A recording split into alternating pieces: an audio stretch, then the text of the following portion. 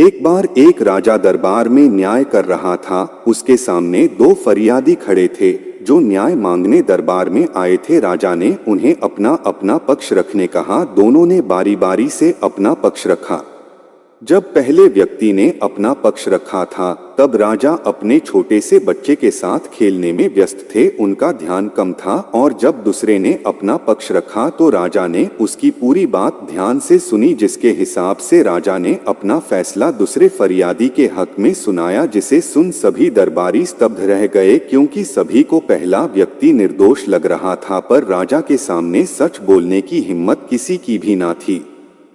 इस बात को 2 दिन बीत गए बिना किसी कारण के। पहले फरियादी को उसकी सजा काटनी पड़ रही थी। जब इस बात के बारे में उस व्यक्ति के घर में बेटे को पता चला तो उसने दरबार में आना तय किया। Vertical bar. अगले दिन पहले व्यक्ति के बेटे ने दरबार में प्रवेश किया। उससे पूछा गया कि वो क्यों आया है। तब उसने राजा से कहा, हे राजन, मैं आपसे एक न्याय चाहता हूँ। राजा ने कहा, कैसा न्याय? तब उसने कहा, एक राज्य है जहां मेरे पिता अपनी फरियाद लेकर गए थे और उन्होंने अपना पक्ष रखा, लेकिन राजा उनकी बात सुनते वक्त सो गया। और जब उठा तो राजा ने दूसरे व्यक्ति की बात पूरी सुनी और उसी के हक में फैसला सुना दिया है। राजन, अब बताए कि क्या यह फैसला सही है और ऐसे समय फरियादी और दरबारी को क्या करना चाहिए? तब राजा ने उत्तर दिया, फैसला बिल्कुल सही नहीं है और ऐसे वक्त में दरबारी और फरियादी दोनों को राजा को सही बात बोलना चाहिए, क्योंकि फरियादी का बिना बात के दंड सहना पाप है और दरबारी भी न्याय का हिस्सा है।